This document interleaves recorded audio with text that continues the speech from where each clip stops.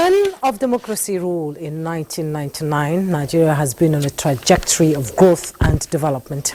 This is based on the synergy and good working relationship between two most important political institutions and the crucial role they play in promoting good governance and peaceful coexistence.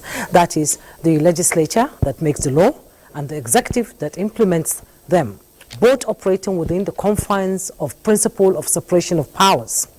The relationship between them, legislative and executive arms of government, is important in facilitating peace, security, good governance, and service delivery to the citizens as representatives of the people.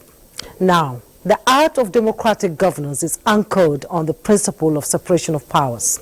Checks and balances and issues around the separation of powers have remained contentious between the two arms that characterized the early days of the Fourth Republic and what political watchers call the banana peel era. But with time and lessons learnt, the relationship has evolved to a harmonious cooperation between the executive and legislature, with some positive results, among which is the return to the January to December budget cycle, speedy passage of executive bills and communication, among others.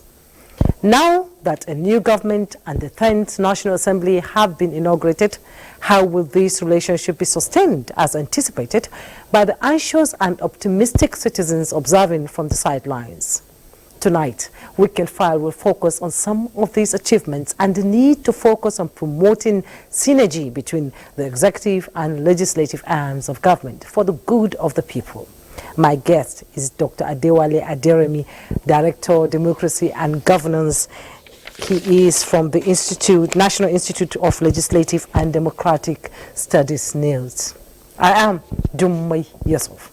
Let's get the news.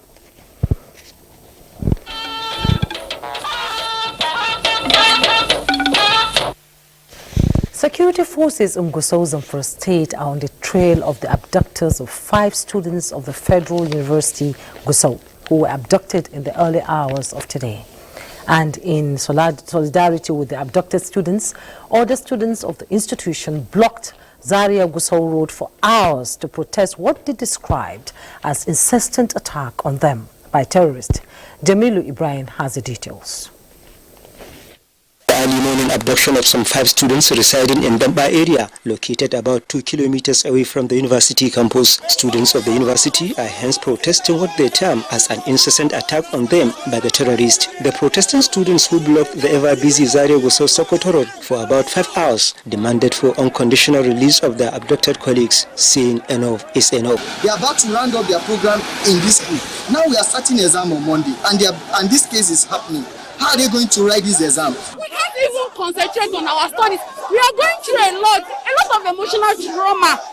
These people are tormenting us. The students appeal to the relevant authorities to urgently take decisive measures that could guarantee their safety. We want peace! We want peace! We want peace! It took the intervention of the combined security forces to bring the violent protest under control. Efforts to speak with the Zamfara State Police Command or the university management on the issue were unsuccessful. The latest incident is coming barely 2 months after some 2 female students of the university were kidnapped by terrorists, and the victims eventually regained freedom following a swift intervention of the security forces. In Gusau, Jamilu Ibrahim, NTA News. We now join our correspondent Jamilu Ibrahim in Gusau for an update on the situation right now. Jamilu, what is the situation in Gusau right now? Thank you, Jumai. The situation in Gusau right now is calm. I'm currently standing on the popular Lalan roundabout Gusau, which is the main way to the Federal University Gusau main campus. It is about 7 kilometers away from here. Since the security personnel have brought the protest under control, the situation has normalized on campus, in the university community, and in the Gusau town as a whole. Everybody is now going about their normal business. There is no any cause for alarm for now. Okay, the security operators have brought it under control. Now, do you have any information about security efforts to rescue the abducted students? The statement just issued by the Zamfara State Police Command indicates that security has been beefed up on campus and within the university community, and indeed within the Gusau metropolis now. And there are tactical operatives of the command currently trailing the perpetrators of this heinous act, and they have assured the students, the relatives of the abductees, that the tactical operatives of the command will safely rescue these abducted students safely soonest. This is the assurance they have just given in a statement released by their spokesman. Okay, this is the second attack this year already, and what is the school authorities doing about it to ensure the safety of students? It is important to note that all this attack and the previous ones happened outside the university campus. The students abducted this time around were abducted in a rented apartment. They reside outside the university, some few kilometers away from the university, at a one popular area called Damba. It is about 2 kilometers away from the campus. So there has never been a case of kidnapping on the campus. All the previous cases and the present one happened outside the university campus, because the campus cannot accommodate all the students. So most of them are residing off campus in rented apartments. Okay, Jamilu, we hope that these students will be found in the nearest possible time. Thank you, Jamilu Ibrahim, for your update on the kidnapping of the students in Gusau. We appreciate you. Thank you, Jumai. Now, the Department of State Services says it has identified persons and groups planning to stage campaigns of calumny against it and the federal government over the suspension and subsequent investigation of Mr. Godwin Emefiele. A statement by the spokesperson of the service, Dr. Peter Ofonaya, says the groups intend to gather at different points in Abuja and Lagos with placards depicting the service and the federal government in bad light, as well as calling for the immediate release of Emefiele. The service therefore wants those behind this plot to desist forthwith. Meanwhile, the service says it has granted the family of Emefiele, medical officials and appropriate persons access to him right from the day he was taken in and obtained a court order to do so. The service implements standard operating procedures on suspect handling and investigation professionally. President Bola Ahmed Tinubu has congratulated the newly elected president of the Guild of Editors, Mr. Ezes Anawa, and wish him and other newly elected officials of the Guild a most fulfilling and productive tenure in office.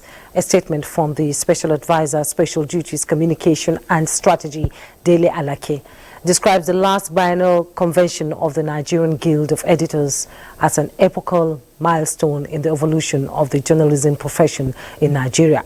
He noted that the peaceful and rancor-free conduct of elections to elect new officers has sent a resounding message to the larger Nigerian polity that elections for desired offices can be intensely competed for without degenerating into bitterness, acrimony, and needless malice.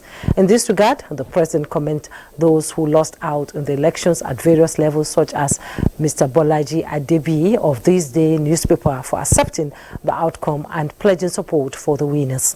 President Tinubu pledges the support of his administration in collaboration with the media towards achieving lofty objectives in the best interests of our country. Now, the federal government is establishing mini-grid power plants in each of the 6 geopolitical zones of the country. Inspecting the southwest zone of the project in Ijebode, Ogun State, the Managing Director, Rural Electrification Agency, Engineer Ahmed Salihijo, says the project is to fine-tune the nation's agricultural sector to ensure food security. Anthony Ganduno reports. Leaving the project site, the team led by the Managing Director of Rural Electrification Agency, Engineer Ahmad Salihijo, took a tour around the 156 hectares Ijebu Development Initiative on Poverty Eradication, a rural farm village in Atiba, Ijebode.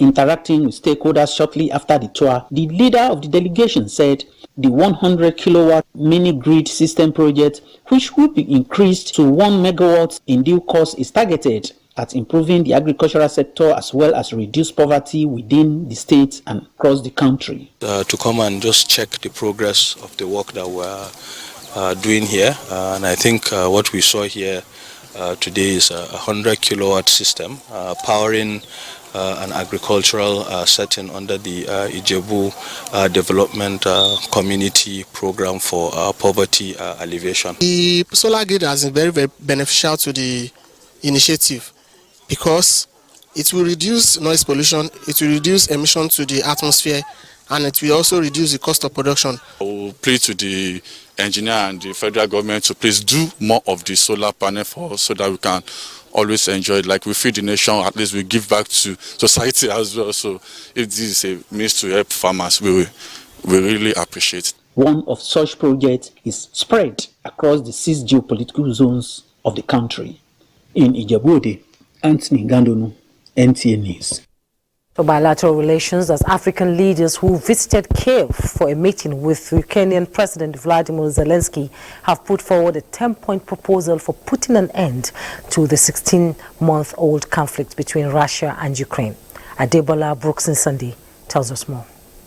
Comorian President Azali Assoumani, South African President Cyril Ramaphosa, Senegalese President Macky Sall, Zambian President Hakainde Hichilema, and Egyptian Prime Minister Mustafa Madbouly attended the talks with Zelensky.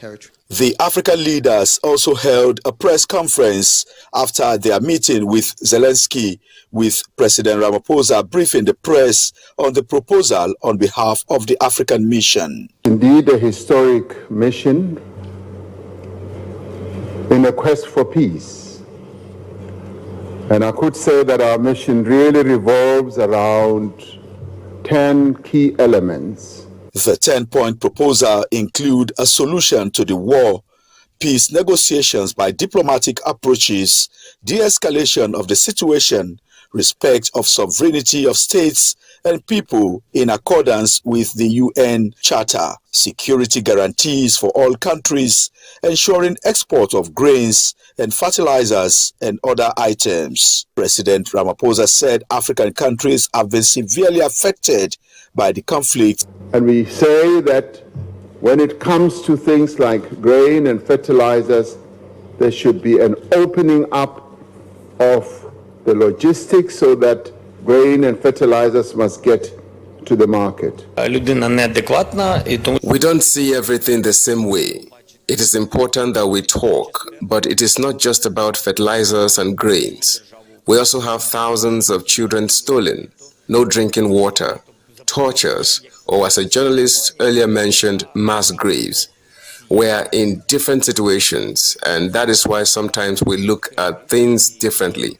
So, conversation is important. The leaders of the African nations are also meeting Russian President Vladimir Putin. Adebola Brooks Sunday, NTA News. Back home, the Sultan of Sokoto, Muhammad Saad Abubakar, has asked the Muslim Ummah to look out for the new moon of Zulhijjah on Sunday, the 18th of June 2023. This is equivalent to the 29th day of Zulqa'dah 1444 after the hijrah of Prophet Muhammad, peace be upon him. A statement signed by Dambaram Sokoto to Saidu Muhammad Machido for the Chairman Advisory Committee on Religious Affairs, Sultanate Council, Sokoto, says the sighting should be reported to the nearest district or village head for onward communication to the Sultan. The Nigerian medical team in Saudi Arabia are expressing deep concern over the increasing number of pregnant women pilgrims in the Holy Land. Our correspondent Usman Aliu reports that so far 1 out of the 75 pregnant women pilgrims have been delivered of a baby. 45 pregnant women Hajj pilgrims have been detected in Mecca, in addition to the 30 earlier confirmed in Medina. Now the fear is that the cases might come with complications. The one delivered of a baby in a hospital in Mecca was 7 months. That means she might have not reached the expected delivery date. Head of the medical team, Usman Galadima, confirmed that most of the pregnancies are at advanced stages and have been referred to hospitals for further care. In Medina alone, we have referred more than 30. And in Mecca, so far, we've referred up to 45. The medical team also said they are worried why some authorities at various airports in Nigeria refuse to allow pilgrims with medical conditions such as high blood sugar and hypertension to come along with their prescribed medications.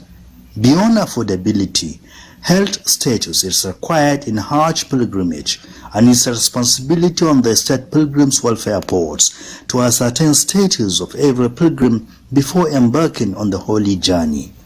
In the holy city of Medina, Kingdom of Saudi Arabia, Usman Aliyu, NTA News.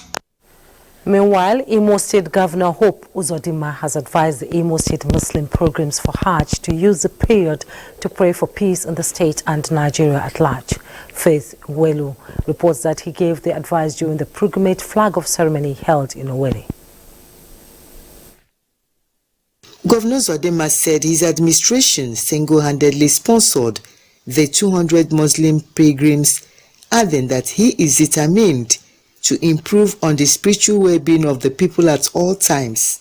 He enjoined the pilgrims to be good ambassadors of the state and country while in Hajj by not indulging in any act capable of tarnishing the image of Imo State and Nigeria. What we are talking about is the unity and prosperity of Nigeria. What we are talking about is development of Nigeria.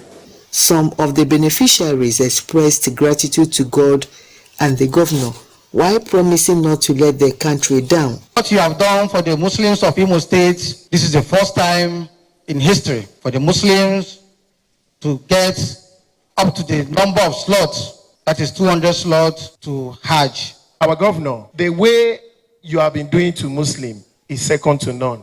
I want to appreciate you because what you did for me, I don't expect it. Even for the next 20 years to come, my family cannot afford what you bought for me. Governor Uzodinma later led other top officials of the government to bid the pilgrims farewell as they depart the state for Hajj. In Owerri, I am Faith Igwilo, NTA News. Now, the adage, one reaps what one sows, came to play as the people of Nasarawa State, under the auspices of Coalition of Youth Groups in the state, organized a grand reception in honor of one of their illustrious sons, Professor Mohammed Sani Haruna, the immediate past Executive Vice Chairman, National Agency for Science and Engineering Infrastructure, NASENI. Christy Ayagwa reports that the reception was in recognition of his valuable contributions to the advancement of science and technology as well as youth empowerment in the country.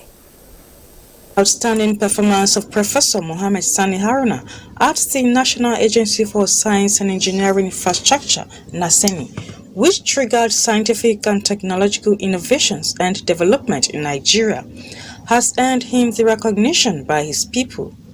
This crowd reflects his good character as well as good performance, as the occasion turned out to be a moment of glowing tributes. We extend our warmest congratulations to him and we wish him all the best in his future endeavors. We want to wish you all the best. We appreciate all that he has contributed to this country. May the Almighty Allah protect you and lead you in China. Nasarawa State Governor Abdullahi Sule, in a message, and the All Progressives Congress APC National Chairman Abdullahi Adamu lauded the doggedness of the celebrant in providing selfless service to the nation through the numerous projects executed across the country while in service. He has served the city for upward of 10, 11, 12 years. Part of the reason for the celebration is not just that one of us was privileged to be appointed to serve in academia, but the fact that he identified his own. As the state, we shall continue to create opportunities for our sons and daughters in order to compete nationally and globally. The celebrant, Professor Mohammed Sani Haruna, says he is overwhelmed by the show of love and honor accorded him. People are taking notes of their omissions and commissions. The youth organization, labor union, traditional and religious leaders should remember Nasarawa State is our only state. The occasion featured presentation of Award of Excellence to the celebrant. From Kefi, Christy Ayagwa, NTA News. Struggle to sustain and build on the democratic gains Nigeria has achieved so far require the collective efforts of all her citizens, irrespective of their political inclination. Stakeholders at an event to showcase efforts of the leadership of Confederation of APC support groups in Abuja reaffirmed that nation building is a task for all. Saliu Abdullahi Gwanara reports. Having been in power since 2015, members of the governing All Progressives Congress say their dream is to see the party make the desired progress in the nation's democratic development. As such, activities of some members who are collectively and individually championing the wheel of progress to ensure that the party's progressive ideology and integrity are sustained and achieved in line with its campaign promises are being identified. Director General, Confederation of APC Support Groups, Mohammed Abubakar Kailani, is one of such whose service to the nation through the APC earned him such recognition by the British American University. The honorary degree of Doctor of Philosophy, PhD in Politics and Corporate Governance. Dr. Kailani Abubakar Muhammad has contributed and still contributing in multiple measures to the growth and development of private and public sectors of the Federal Republic of Nigeria. We are not going to relent in our efforts to make Nigeria a better place. We will continue to do our best to see that Nigeria becomes great and to be one of the greatest countries in the community of nations. The awardee assured to maintain the tempo as he continued to serve the nation as an ambassador of the renewed hope mantra. In Abuja, Salihu Abdullahi Gwanara, NTA News. We'll take a break now. When we return, our conversation on promoting synergy between the executive and legislative arm of government will begin. Do stay. You're welcome back. Dividends of democracy and good governance can only be achieved when the executive arm of government and the legislature have a harmonious working relationship that will translate to nation building. These are the views of stakeholders in this background report looking at the administration of President Bola Ahmed Tinubu, which has started demonstrating democratic ideals that are expected to yield positive results in the constitutional duties of the two arms of government. Mohammed Rabiu Ali reports. Since the return of civil rule in 1999, the relationship between the executive and the legislature has not been a complete robust one until the second tenure of former President Muhammadu Buhari, when the relationship improved. This, of course, led to the assessment of many bills that are impacting on the lives of Nigerians. If there is no cohesion, no integration, no synergy between the executive and the legislators, the so desired achievements in the areas of infrastructure development and other areas of national development will not be fully achieved. But if there is synergy, that is going to give a basis for a strong hold where democracy will take its full course. The present administration of President Bola Ahmed Tinubu, in his inaugural address, and I quote, "Our administration shall govern on your behalf, but never rule over you. We shall consult and dialogue, but never dictate. We shall reach out to all, but never put down a single person for holding views contrary to our own." These statements are a clarion call to work hand in hand with the legislature, considering the speedy approval of requests for appointment of special advisors to the president, meeting with members of the National Assembly on leadership crisis, among other good moves, signifying brighter days ahead in legislative business. Unlike what people used to witness before, because a bill is coming from the executive and you're a member of opposition, you must oppose what they are doing because you are not a member of the ruling party. No! We are here to make laws for the interests of Nigeria and Nigerians. I'm hoping that we will cooperate with the executives and we will make sure they do what is right. We may to agree and disagree in some certain places. But what will be the prospects of the 10th Assembly, especially with the present composition of the lawmakers cutting across party lines? We are coming to reset the National Assembly for the greater need of the Nigerian people. Members are ready to work together. Members will build consensus, and then from this point, they will be able to represent and present laws that will make the executive deliver dividends of democracy. Whatever the case, political observers believe the prospect seems to be brighter. In Abuja, Muhammad Rabiu Ali, NTA News. And in the studio is my guest. He's Dr. Adewale Aderemi. He's the Director, Democracy and Governance, National Institute of Legislative and Democratic Studies, NILS, here in Abuja. You're welcome to Weekend File. Thank you, Jumar.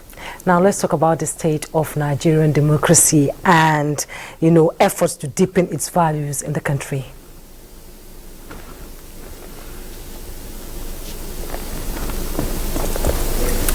What is the state of Nigeria's democracy and efforts to further deepen its value in the country? That's my first question to you, sir. Okay, all right. Thanks a lot. Well, I think it's a storied experience, especially since the Fourth Republic. We've had some gains, but we've also suffered setbacks. Globally, to glean it from a global perspective, democracy is, it's not faring very well, globally. Even in so-called mature democracies, there are a lot of challenges. And I think it was a couple of years ago, the overall assessment is that there is democratic relapse or backsliding. Those are the two terms that were used, globally. With regards to Nigeria specifically, we've had, a seamless cycles of elections, held when, as I told you, unbroken since 1999. We've transited from civilian to civilian regime, something we have not been able to do before. We've also seen, repeated defeat of the incumbency, at the center. Those are all marks of democratic consolidation. But still, there are serious challenges, for our democratic practice. Not least, the quality of our elections. There's still a lot to be done in that regard. Also, and more importantly for me, is the nexus between democracy and development. It still needs to be beggared. You look at, the quality of life of the people today. Is democracy, really delivering? I'm not sure. So we can do better. But I think, we need to allow the process to consolidate itself, to mature, and then I think we can begin to glean the full potential benefits of democratic practice. And to conclude, we don't have an alternative. We must have a governance process, whether we like it or not, whether we have teething problems or not. But democracy is probably the only system of government that allows transparency, accessibility, is fair and all of those things. And according to Winston Churchill, it's the worst form of government except for those that we have already tried. So it's a process I think we need to encourage. We need to be patient. We need to consolidate. I'm sure with time, it will work perfectly for us too. Okay, with the nation's political structure now, how important is it to promote inclusivity and balance between the arms of government? Well, government is a unit, even democratic government. It's one unit with three branches. You have the executive, the judiciary, and the legislature. And it's supposed to work as a system. It's a whole. You know, the reason you have those three branches is for two core principles, you know, the principles of separation of powers, so that there are clear jurisdictions for each arm of government. You don't have an overbearing judiciary or executive or legislature, you know. And the other one is the checks and balances, so that one can hold the one accountable. But by design, the three arms of government are supposed to work as a unit and as a whole, you know, in a harmonious. So unless you have a harmonious relationship, you know, you probably won't have good governance, you know. So it is structured for them to work together. They have to work together to cooperate, you know, for the better, you know, for the good government, you know, of the people. Okay, we know the era of the banana peel has, you know, is now history, and we've seen a cooperation between the executive arm of government, the judiciary, and the legislature. If they come back, you know, so theoretically speaking, it's straightforward. You know, you should go into parliament or in the executive to promote good laws that will impact, you know, and add value to the life of the ordinary people. But that is easier said than done. And a very good example is to compare the 8th Assembly and the 9th. The 8th was very, I mean, combative, I mean, for want of a better word. You know, was a very bellicose legislature, you know, in terms of relationship with the executive. And the reasons were, you know, very well known because of the way the leadership of the assembly emerged. There were a lot of, you know, very unnecessary sometimes, you know, friction that were, you know, generated. And then the ninth assembly that's just passed was far more cooperative, you know, and more harmonious, you know, with the you know, they struck a better harmony with the executive. And we saw the results as well. Okay. Now, the 10th Assembly, people are speculating, you know, and postulating that because of the way it has emerged, it's going to be a rubber stamp. I don't think so. You know, I don't think so at all. Yes, we're going to talk about that, Dr. Okay. Adewale, when we come back from this break. We'll be right back. You're welcome back, and you're watching Weekend File, and my guest, Dr. Adewale Aderemi, is still in the studio. You were talking about rubber stamp of the people thinking that this new 10th National Assembly is going to be rubber stamp. But from the composition of the executive and leadership of the legislature, we can dictate that the relationship is harmonious. Now, how will that reflect on their passage of bills that reflect positively on Nigerians? I mean, the same way it did for the 9th Assembly. There were groundbreaking bills passed by the 9th Assembly. The PIA, for instance, you know, the Petroleum Industry Act had been in the Parliament for about 20 years. You know, it saw passage. The Electoral Act, you know, became law in 2022. So it's like I said, you know, Parliament is to be guided by the general interest, the best interest of the country and the people. You know, whether, and I think, you know, I have to say this, it is hypocritical for people to think the executive or the party should not be interested in who emerges, you know, as, you know, the leadership of Parliament. It's politics. You know, his interest is in your own interest too. Maybe it should not have been overt, you know, the way it was. It's a different case, but in all democracies, you have to show interest in who emerges as the leader of Parliament. But that does not mean to say that laws will not be passed, you know, without integrity or due consideration for the people.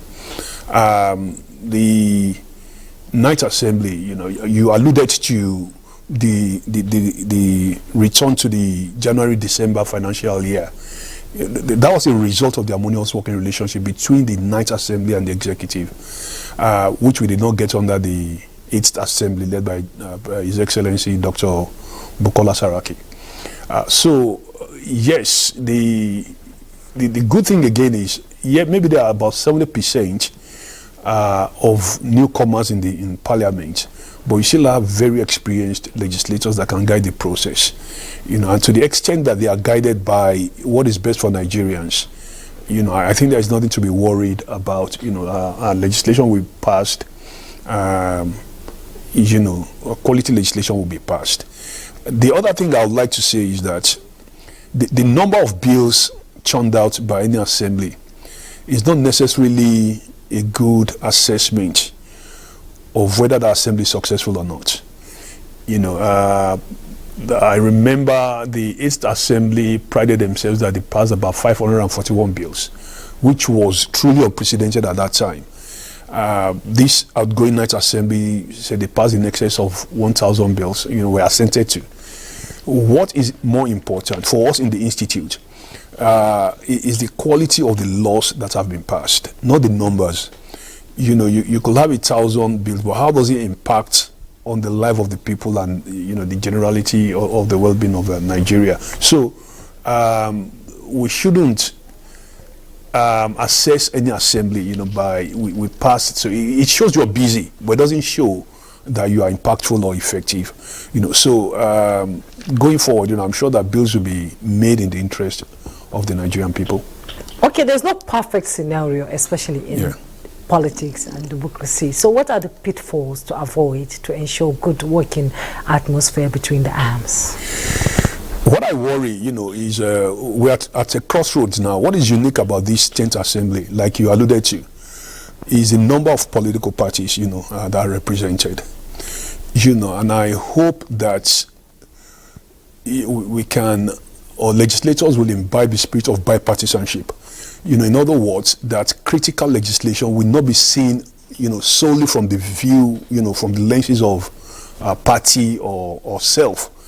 That is something I worry about. If you look at the votes, in the election for the Senate president, it was close. It was 63 to 46. Yeah. And the exit poll will tell you that a lot of the fringe parties, actually supported Senator Yari.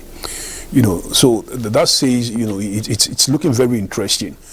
But what is the pitfall of any assembly, not just Nigeria's parliament, is if the legislators are not able to rise above sectional, personal, party interest in considering bills and policies for the country, then, what happened in America, for instance, over the debt limit, is a case in point.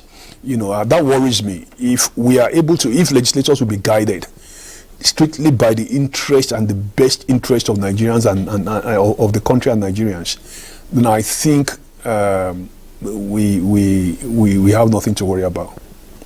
Okay, Dr. Adewale Aderemi, Director of Democracy and Governance, National Institute of Legislative and Democratic Studies, NILS. Thank you so much for your insight into the topic for discussion. We appreciate you. Thank you. We'll take a break now. When we return, sports update will pick up. You're welcome back. Bade Adele has sports update. And that's Weekend File for this week. Thanks so much for your time. I am Jumai Yesov.